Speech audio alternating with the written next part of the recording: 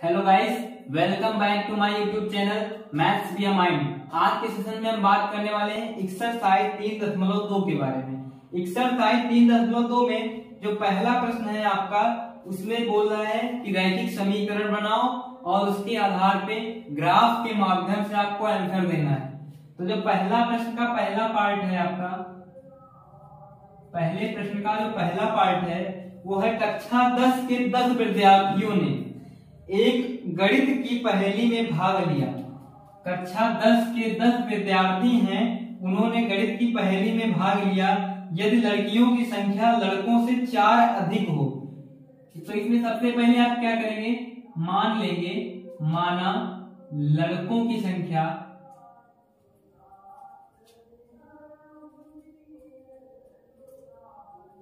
बराबर x तथा लड़कियों की संख्या बराबर y। तो क्या आप यहां से कह सकते हैं कि x प्लस y बराबर व्हाट? तो x प्लस y बराबर 10, क्योंकि टोटल जो स्टूडेंट्स हैं लड़के और लड़कियां वो टोटल 10 हैं। तो आप आराम से कह सकते हैं कि x प्लस y बराबर 10। इसी तरह बोल रहा है कि जो लड़कियां हैं वो लड़कों की संख्या से 4 अधिक हैं। जो लड़कियां हैं अर्थात y, जो y हैं वो लड़कों की संख्या से 4 अधिक अर्थात x प्लस 4, लड़कों की संख्या से 4 अधिक। इस प्रकार से अगर x माइनस y कर दें, y उधर ले जाए तो हो जाएगा x माइनस वाई और 4 इधर भेज दे तो हो जाएगा माइनस 4। ये इक्वेशन आपकी फर्स्ट हो गई और ये सेकंड हो गई। अगर आपको ग्राफ बनाना है तो आप क्या करेंगे, समीकरण 1 व 2 से पॉइंट निकालेंगे। तो समीकरण 1 से अगर आप x की वैल्यू 0 रखेंगे, समीकरण 1 से अगर x की वैल्यू 0 रखें तो y बराबर आ रहा है आपका 10, और अगर y बराबर 0 रखेंगे तो x बराबर आ रहा है 10। इसी तरह अगर समीकरण 2 से बात करें तो अगर x बराबर 0, समीकरण 2 से अगर x बराबर 0 तो y बराबर 4, यदि y बराबर 0 तो x बराबर माइनस 4। ये आपको पॉइंट मिल रहे हैं। तो कौन कौन सा मिला, 0, 10 और 10, 0 व इससे कौन कौन से मिले, 0, 4 व अगर y बराबर 0 रखेंगे तो x बराबर माइनस 4, उल्टा लिख दिया था, व माइनस 4, 0। यहां से अगर आप बनाएंगे ग्राफ तो कुछ इस प्रकार रहेगा। 2 का अगर अंतर ले लें तो आराम से हो जाएगा 2, 4, 6, 8, 10 और ये आपका है x अक्ष। इसी तरह अगर इस तरफ की बात करें तो 2, 4, 6, 8, 10 y अक्ष। 2, 4, 6, 8, 10, 2, 4, 6, 8, 10। ये आपका हो गया सेंटर अर्थात मूल बिंदु। तो पहला जो बिंदु है आपका 0, 10 अर्थात x पे आपको 0 जाना है, y पे 10 जाना है। x पे 0, y पे 10 ऊपर होगा, क्यों? क्योंकि y पे धनात्मक जो होते हैं वो ऊपर की ओर होते हैं। तो 2, 4, 6, 8, 10 ये बिंदु आपका जो है ये आपका होगा 0, 10। यहाँ पे जो ये बने हैं कि वैल्यू आप लिखते चले जाएंगे। अगर यहाँ पे मैं लिखूंगा तो यहाँ पे गंदा हो जाएगा। फिर दूसरा बिंदु है 10, 0 अर्थात x पे आपको 10 जाना है, 2, 4, 6, 8, 10 ये वाला बिंदु। इन दोनों को आपको देना है मिला। फिर दूसरे समीकरण से 0, 4 कहां मिलेगा, 4 है तो y में ऊपर की साइड मिलेगा क्योंकि पॉजिटिव है तो यहां पे मिलेगा। फिर है -4, 0, -4 आपको x में ढूंढना है, किस साइड में होगा, उधर राइट में तो पॉजिटिव होते लेफ्ट में होंगे। तो ये पॉइंट जो है आपका -4, 0 ये है आपका 10, 0 ये है 0, 4 और ये है -4, 0। इन दोनों को भी आप मिला देंगे। तो जो ये बिंदु है यही आपका अभीष्ट आंसर होगा। जहां पे काट रहा है, मान लो x, y पर काट रहा है, तो यही आपका अभीष्ट आंसर हो जाएगा। किंतु ये आपकी ग्राफ वाली कॉपी नहीं है। ग्राफ वाली कॉपी होती तो आप आसानी से आंसर बता सकते थे, किंतु यहां से आप बता नहीं पाएंगे। इसलिए आपको करना क्या है, दोनों समीकरणों को हल करके चेक कर लेना है। तो करना क्या है, आपको दोनों समीकरणों को हल कर लेंगे तो यहां से आपको इस बिंदु की वैल्यू पता हो जाएगी। अगर समीकरण 1 से 2 को जोड़ दें, समीकरण 1 व 2 को जोड़ दें, समीकरण 1 व 2, तो x हो जाएगा 2x, ठीक, और y प्लस का y माइनस का कट जाएगा, उधर 10 से 4 चला जाएगा, बचेगा क्या, 6। तो x बराबर हो जाएगा 2 एकम 2, 2 तिया 6, x बराबर हो जाएगा 3। x की वैल्यू अगर इसमें रख दें समीकरण 2 में, तो हो जाएगा y बराबर 3 प्लस 4, तो y बराबर 7।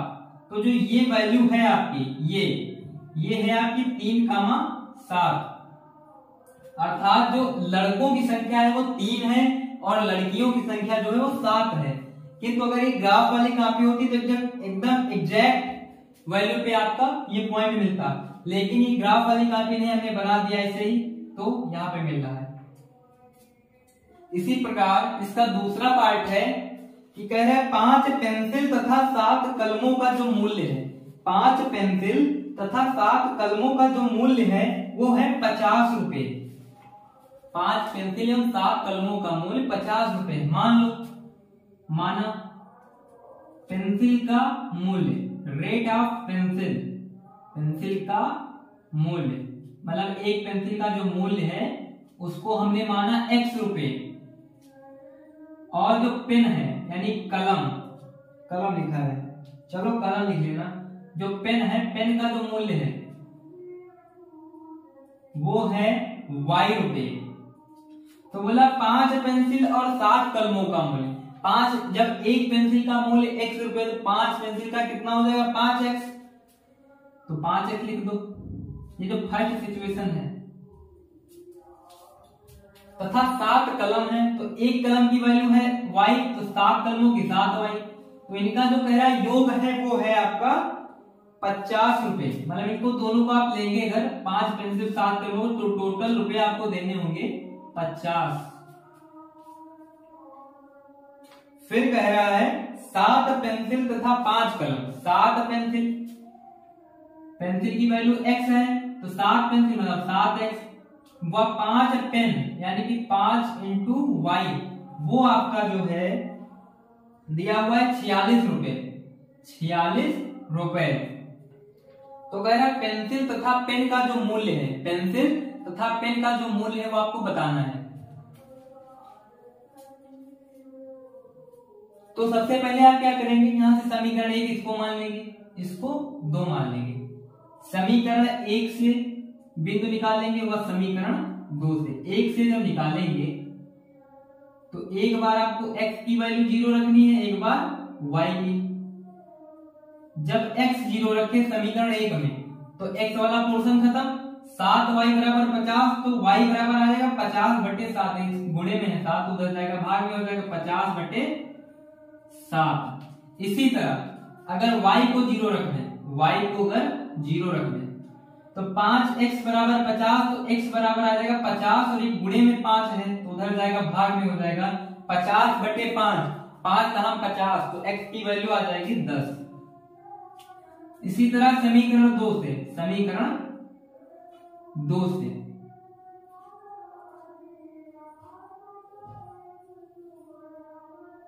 से अगर हम x की वैल्यू 0 रखें, अगर x की वैल्यू, तो x वाला पोर्शन खत्म, 5y बराबर 46, तो y बराबर आ जाएगा 46/5, और अगर y बराबर 0 रख दें तो y वाला पोर्शन खत्म, 7x बराबर 46, तो x बराबर 46/7। अब आपको क्या करना है, वही काम करना है, ग्राफ बनाना है।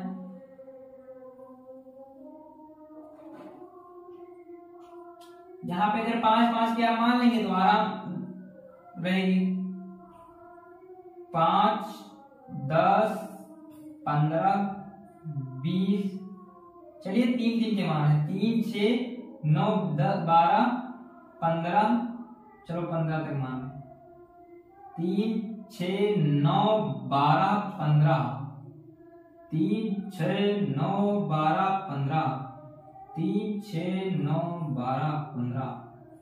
ये आपका हो गया एक्स अक्ष, आप जानते हैं, और ये हो गया वाई अक्ष। तो पहला जो बिंदु होगा यहां से वो क्या होगा, 0,50/7, और दूसरा क्या होगा 10,0। ये तो आप जानते ही होंगे, जो वैल्यू लिखी होती है उसको मान लेते हैं बिंदु। तो 0,50/7 10,0। इसी तरह इसमें 0,46/5, 0,46/5, और दूसरा है 46/7,0। यहां से अगर हम 0,50/7 की बात करें तो 7×49 होता है, तो ये 50/7 है, उसका मतलब होगा 7.49, 1 बचा 10, 7.1 होगा इसकी वैल्यू। जो 50/7 उसकी वैल्यू 7.1, तो 0,7.1। 3 3 6, 3 3 के आपने माने हैं, 3 6 9 12 15, 3 6 9 12 15। तो जो 7.1 होगा वो यहां कहीं पे होगा, ठीक, यही तो होगा 6 और 9 के बीच। और फिर है 10,0, तो ये 3 6 9 है, यहां पे होगा 10 साढ़े 10, और ये कहीं पे होगा 10। इसको आप मिला देंगे, ये हो गया आपका बिंदु 0,50/7, और ये आपका बिंदु हो गया 10,0। इसी तरह अगर दूसरे की बात करें, 0,46/5, 5 9 45, 1 बचा 5 दूनी 10, 5 9.2 इसकी वैल्यू होगी 0,46। अगर आपको नहीं आ रहा है तो भाग करके देख लीजिएगा, तो 46/5 का मतलब 9.2, 0,9.2। तो x पे 0 जाना, y पे 9.2, यहां तक आपका 9 है, इससे थोड़ा बिल्कुल आगे मान ले कहीं पे 9.2 होगा। फिर है 46/7,0, 46/7, 7 6 42, यानी कि 6 बचा 4, 7 5 35, 7 7 49, 7 5 35, 7 7 49, तो ये होगा 6.57, मान ले 6.6 मान ले, तो x की वैल्यू जो है 6.6, यानी कि यहां कहीं पे होगी। इन दोनों पॉइंट्स को भी आप मिला देंगे। तो जो ये बिंदु है, ये वाला जहां पे काट रही हैं दोनों लाइन L1 और L2, जहां पे काट रही हैं, वही आपका अभीष्ट आंसर होगा, वही जो है आपका आंसर होगा। ये बिंदु था आपका 0,46/5, तो जो ये बिंदु है यही आपका आंसर है।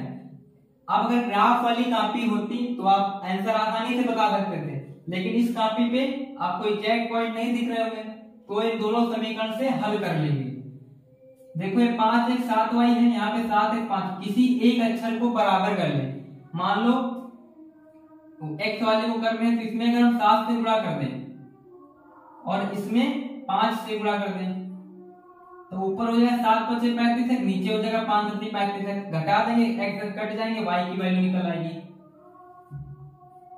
तो हो जाएगा 35x प्लस 7 7 × 7 50y बराबर 7 5 35 350।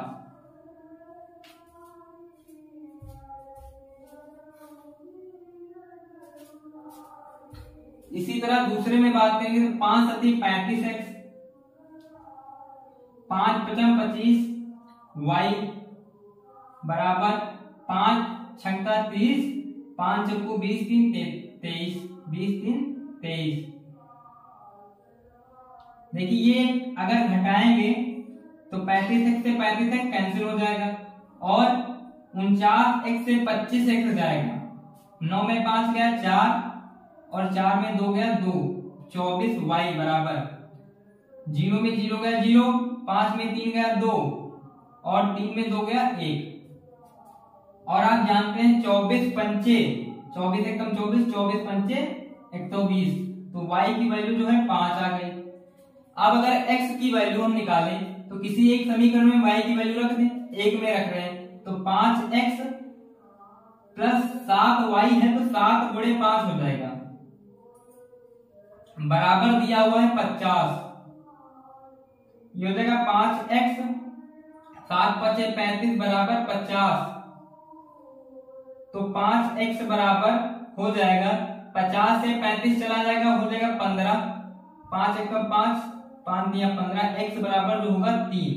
तो जो x की वैल्यू है अर्थात पेंसिल की कीमत वो 3 रुपए है और कलम की कीमत 5 रुपए है।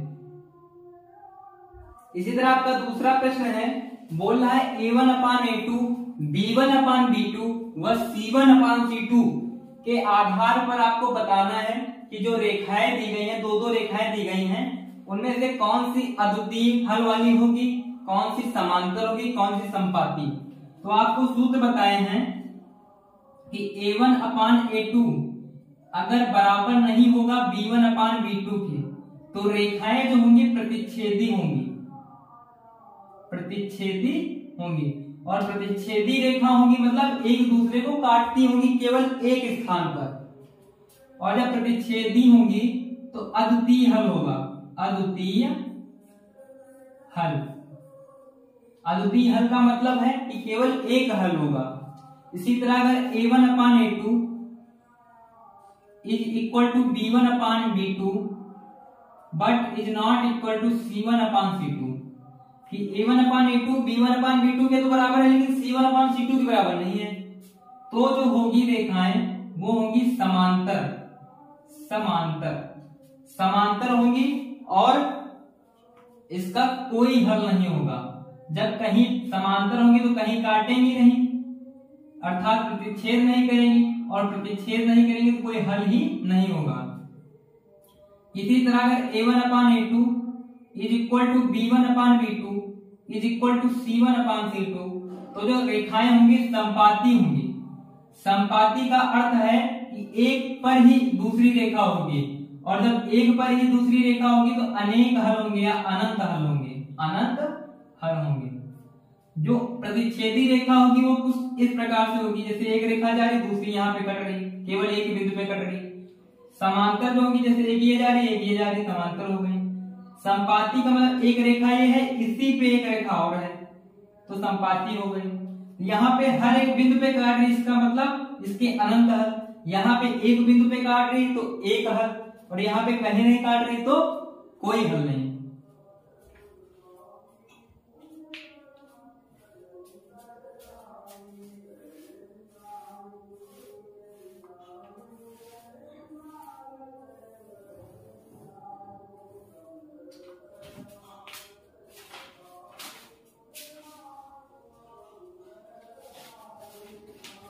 रेखाओं के आधार पे आपका प्रश्न संख्या 2 जो है उसमें 3 पार्ट हैं। पहला पार्ट है 5x - 4y बराबर प्लस 8 बराबर 0, फिर है 7x प्लस 6y - 9 बराबर 0। जो रेखाएं होती हैं, जो कोई भी रेखाएं होती हैं जो रैखिक समीकरण होते हैं, वो आपको ax plus by plus c बराबर 0 के रूप में होते हैं। तो अगर समीकरण a की बात करें और उसकी तुलना a1x plus b1y plus c1 से करें, तो a1 की जो वैल्यू होगी, a1 की वो 5 हो जाएगी, x के स्थान पे 5 है। वह b1 की जो वैल्यू हो जाएगी वो -4 हो जाएगी, b की जगह पे -4 है। वह c1 की जो वैल्यू होगी वो 8 हो जाएगी। इसी तरह a2 की वैल्यू 7, b2 की वैल्यू 6 और c2 की वैल्यू -9। निशान के साथ लिखा जाएगा, a1 b1 c1 ये सब जो है निशान के साथ। प्लस आप जानते हैं लिखा नहीं जाता, तो प्लस 5 लिखे हैं, केवल 5 लिखे, लेकिन माइनस लिखा जाता है, माइनस की वैल्यू होती है तो माइनस लिखना जरूरी है।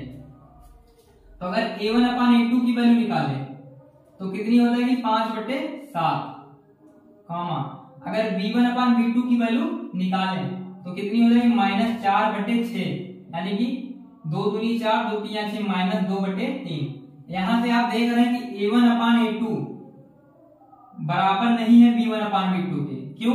क्योंकि A1/A2 5/7, B1/B2 -2/3 कहां से बराबर हो गया? तो जब बराबर नहीं है इसका मतलब अद्वितीय हल है। अद्वितीय हल अर्थात केवल एक हल। अद्वितीय हल अर्थात प्रतिच्छेदी रेखाएं हैं, ये आपस में प्रतिच्छेद करती होंगी केवल एक स्थान पर।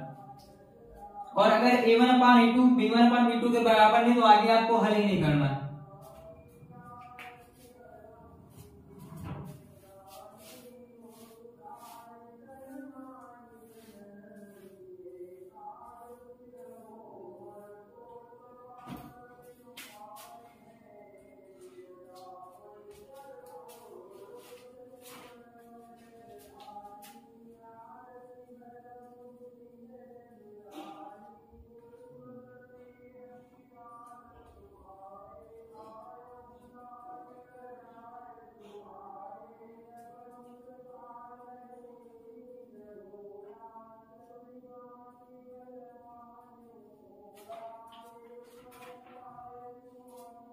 इसी तरह आपका दूसरे प्रश्न का दूसरा पार्ट है 9x + 3y + 12 = 0, 18x + 6y + 24 = 0।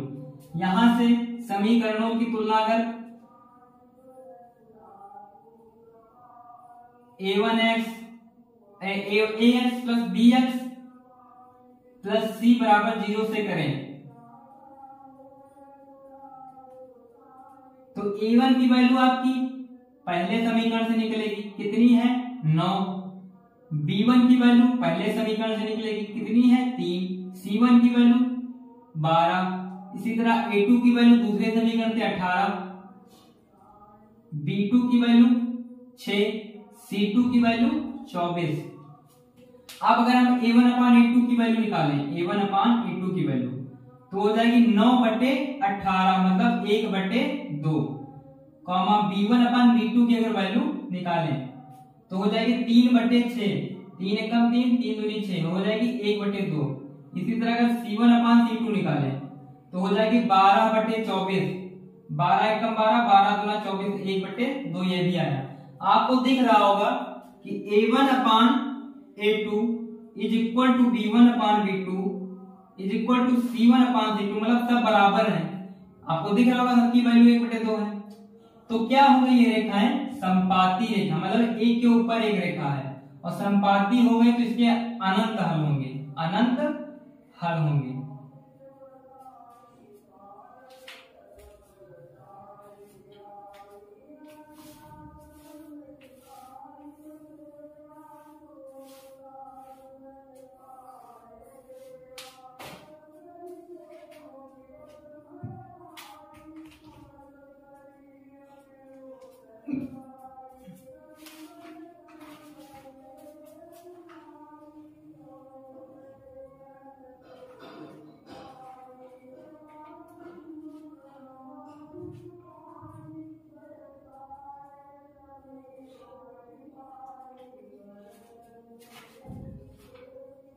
इसी तरह आपका तीसरा पार्ट है इसी का 6x - 3y + 10 = 0, 2x - y + 10 = 0।